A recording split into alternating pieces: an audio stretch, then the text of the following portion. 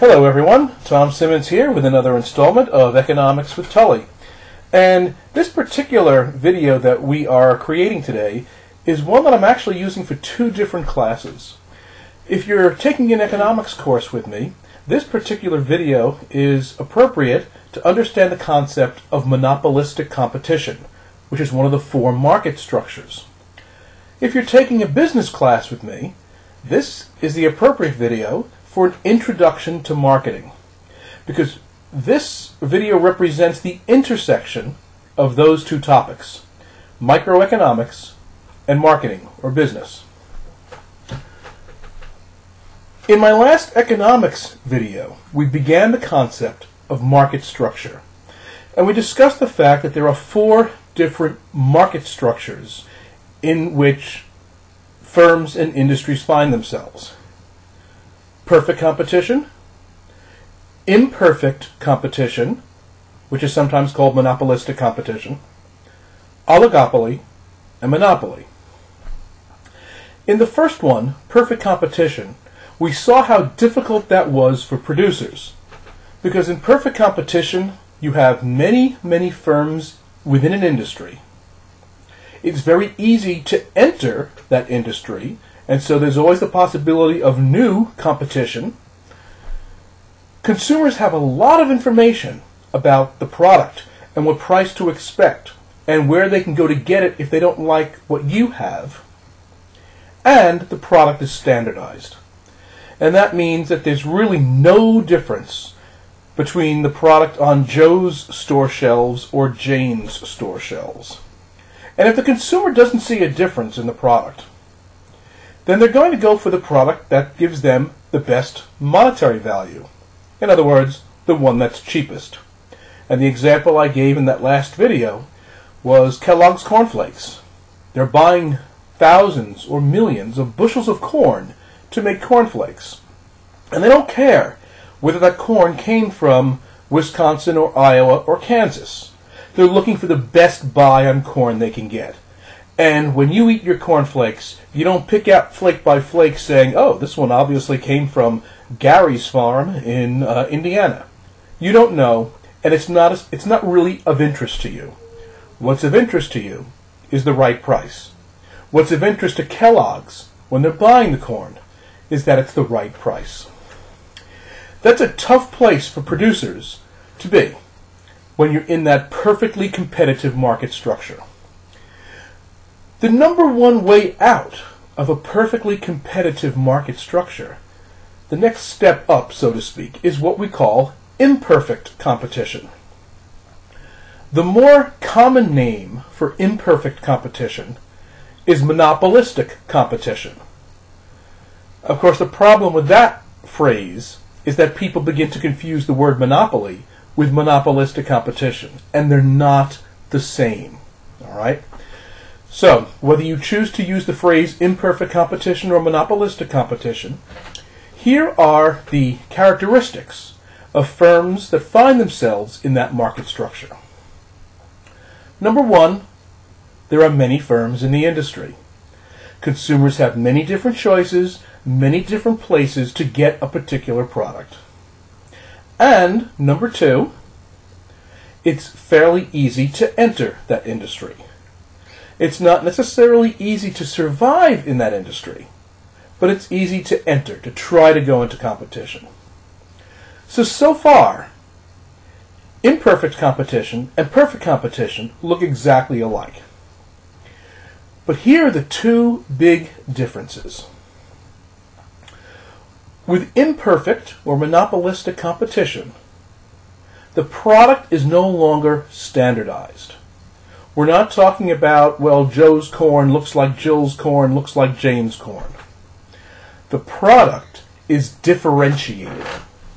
There is something different about this product, something unique, something that stands out, something whereby the consumer says, this is not the same as all the rest. This is something different. That makes a big difference in the market structure and the pricing mechanism. The second difference is the amount of information that consumers have about the product. consumers have even more information in a monopolistically competitive environment than in perfect competition. Why? Because it's up to the producer to convey the information, to convince the consumer that their product is different and better and special for them. This is the whole marketing concept. This is the whole idea of conveying information to your potential customers so that they have the information on which to make a decision, which hopefully results in an executed sale for you. So the rest of this video will be dedicated to those two differences: the differentiation of the product and the conveying of information to the consumer. Now, to start with the difference in the product. If you go to a supermarket, if you go to a store, and you pick up, you need to get salt and oil and vinegar. Neither of those three products is going to cost very much. There's a fairly low price point.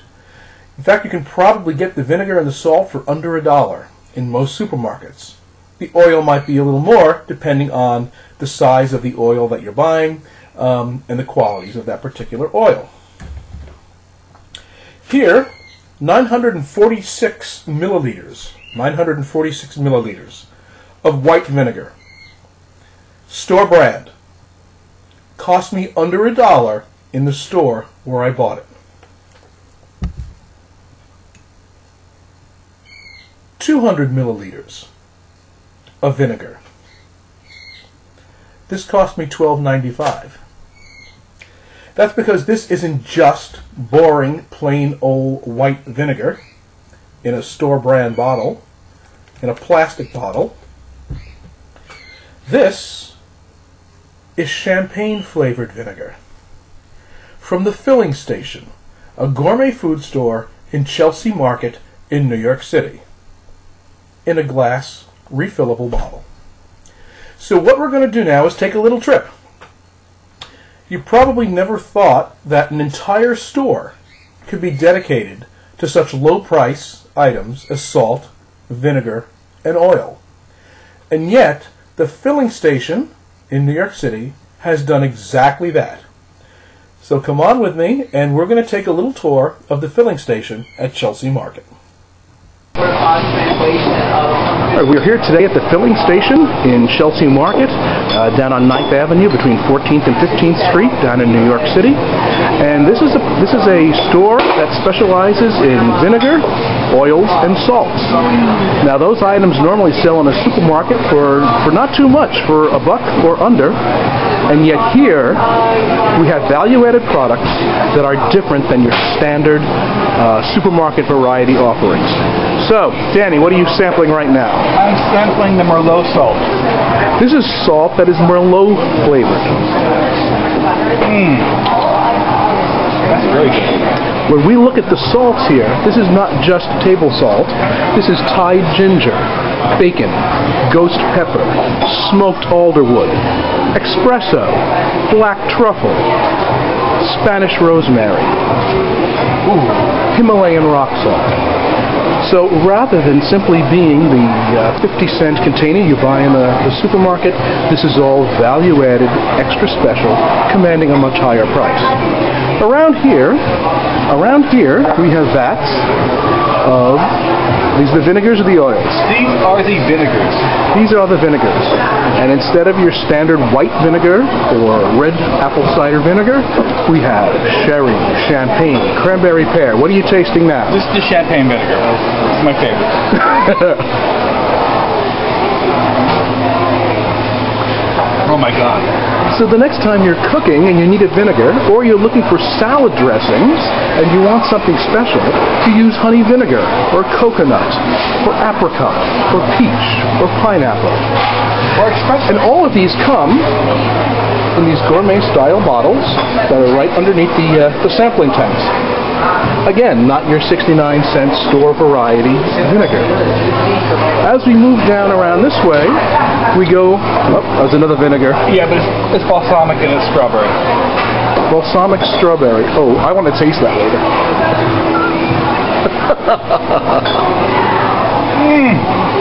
And then moving down the aisle, we come to oils to mix with the vinegars. What are you going for next? I'm going to try the blood orange. Blood orange oil. Olive oil. Wow. There you go. That is beautiful. That is beautiful.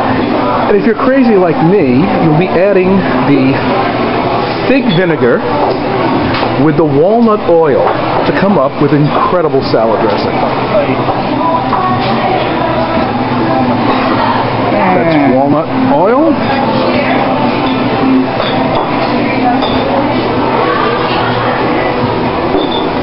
And fig. Oh my gosh, this is the best. Wait, show that again. All right.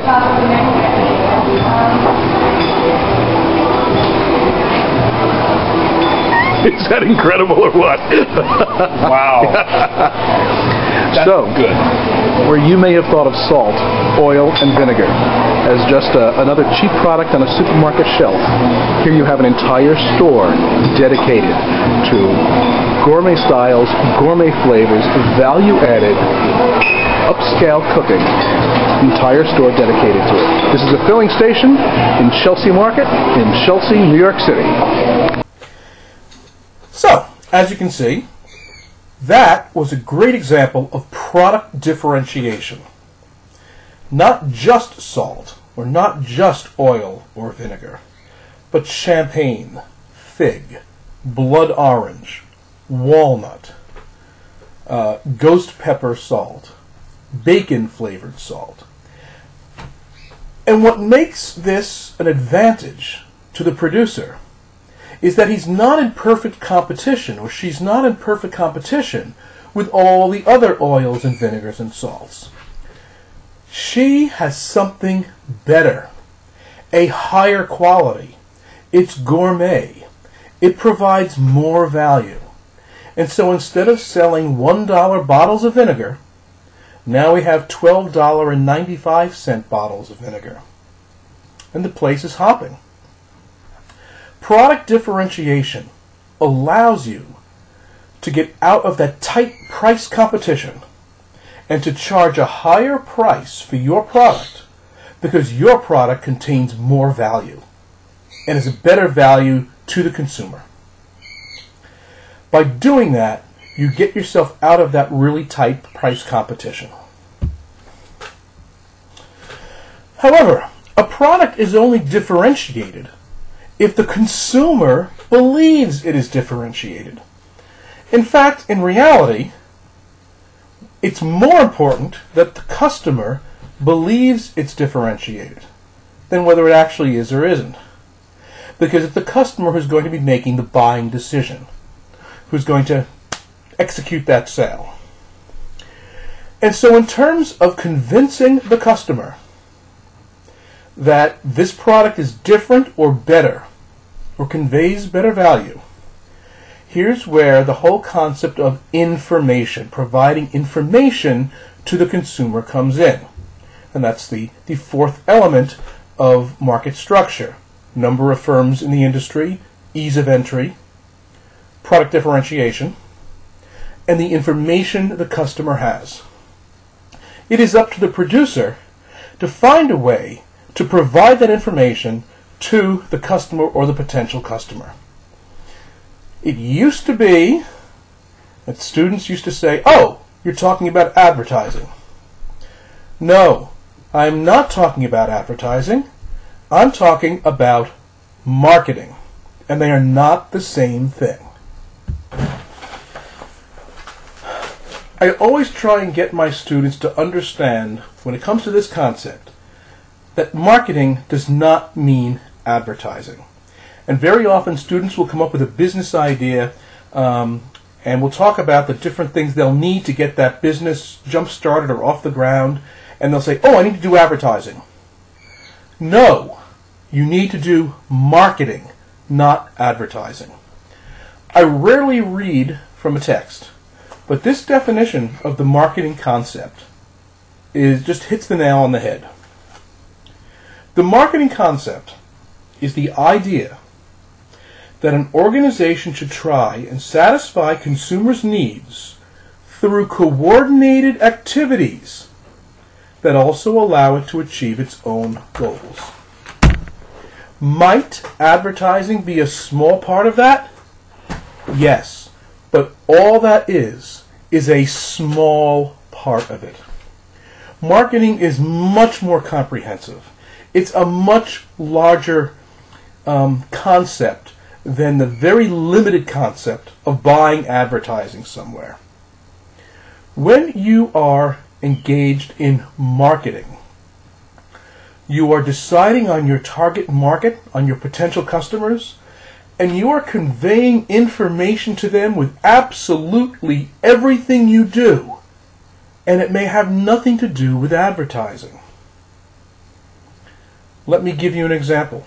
Suppose you were a steakhouse, and you were trying to convey the image that you are an incredibly upscale steakhouse with the most incredible, thick, delicious, top quality, grade A beef sirloin steaks. Top of the line steakhouse. And then people look at your menu and they see that the top price for sirloin steak is $7.95. You are conveying mixed messages. Those two things don't go together.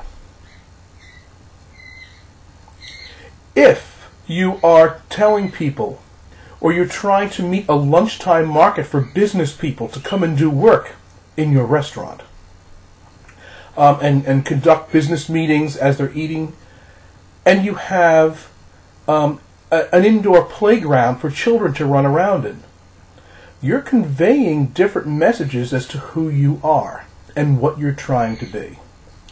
So the first thing you need to do is identify who is the target market for your product. And when I ask a business, say, who's your target market? Who are you trying to sell to? Who's your customer? And they say to me, oh, everybody. I already know we got a big problem.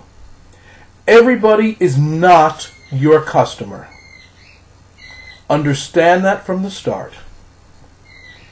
The product and the qualities of that product and the price of that product that satisfy a 50-year-old urban professional woman are not the same qualities and functions and price that is going to satisfy a young man just out of the military and driving heavy equipment for a living, first job back in the States. The product that satisfies someone on the Upper West Side of New York is not necessarily going to sell the same in rural Alabama. You need to identify a target market. And markets can be segmented in very many ways. Age, generation, interest, income, ethnicity, gender, liberal versus conservative, region of the country. There's a way to segment things psychographically. One company that has done probably the best job in the world of a psychographic target market is Harley-Davidson. Their customers represent many different ethnic and demographic groups, but every single one of them has a sense of what it means to ride a Harley, and that's what they want for themselves. You may be reaching very green conscious people with your product, but you're not targeting everyone. You need to target specific markets. Once you have targeted that market, absolutely everything you do, everything you say, has to move your image towards a single position, a single brand, a consistent message as to what this product is. Marketers often refer to something called the marketing mix, the 4 elements that comprise those messages.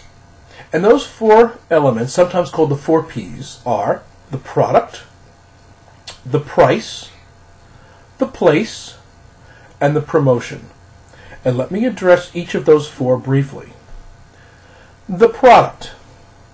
Is the product in a plastic bottle or a glass bottle? Is it throwaway or reusable? Can you see the product in the packaging or not? Does it come in bundles of 6 or singularly? Is the product meant to be basic? Is it meant to be upscale? What is the nature of that product and everything about it?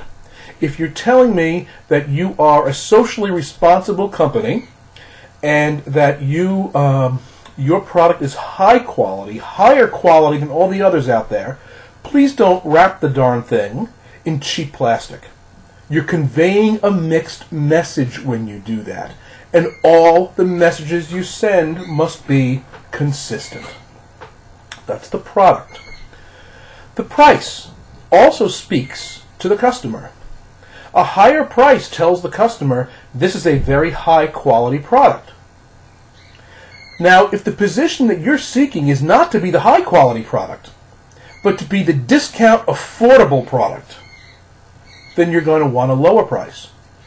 But whatever your particular brand image is, the position you're staking out for your product, the price must match the position you're staking out, or else you end up with the situation I described earlier, with the upscale steakhouse selling steak at way too low a price and sending conflicting messages, and people don't understand who you are or what product you're actually offering to the public. The third P is place, and by place we really mean distribution. How do I get this product? Do I go into the store and pull it off the shelf? Do I order it on the internet? Most surveys show that more than 50% of all shoppers now look on the internet for a product before they go and buy it, regardless of whether they're going to order it on the internet or go into the store. They're comparing information.